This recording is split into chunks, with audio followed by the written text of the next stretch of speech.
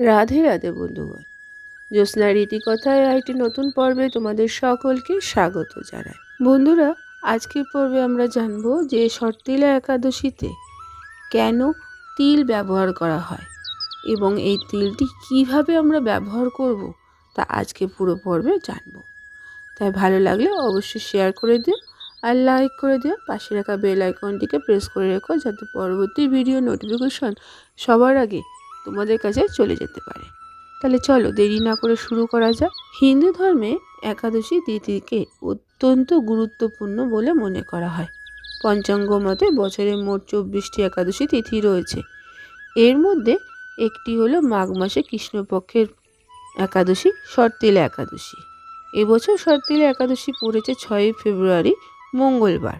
এমনটা বিশ্বাস করা হয় যে সর্তিলা একাদশীর দিন তিল ব্যবহার করা অত্যন্ত আবশ্যক। এটি করলে একজন মানুষ অনেক উপকার পান। এখন আমরা জেনে নিই কীভাবে কি উদ্দেশ্যে সর্তিলা একাদশীতে তিল ব্যবহার করা হয়। সর্তিলা একাদশীর দিনে তিলের ব্যবহার অত্যন্ত গুরুত্বপূর্ণ বলে মনে করা হয়। তিলের কারণে এই একাদশীর নামই তো হয়েছিল সর্তিলা একাদশী। আসলে এই দিনে তিল ব্যবহার করলে ভগবান বিষ্ণু দ্রুত প্রসন্ন হন।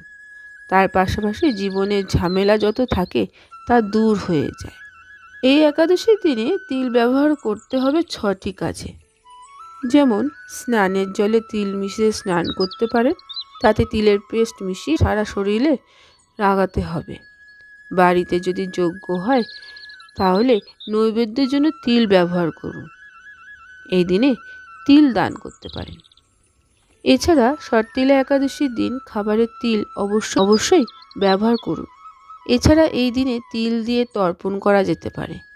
সর্তিলা একাদশীর দিন এই 6টি কাজ অবশ্যই করুন। এইসব করলে ভগবান বিষ্ণু আশীর্বাদ অবশ্যই বজায় থাকে।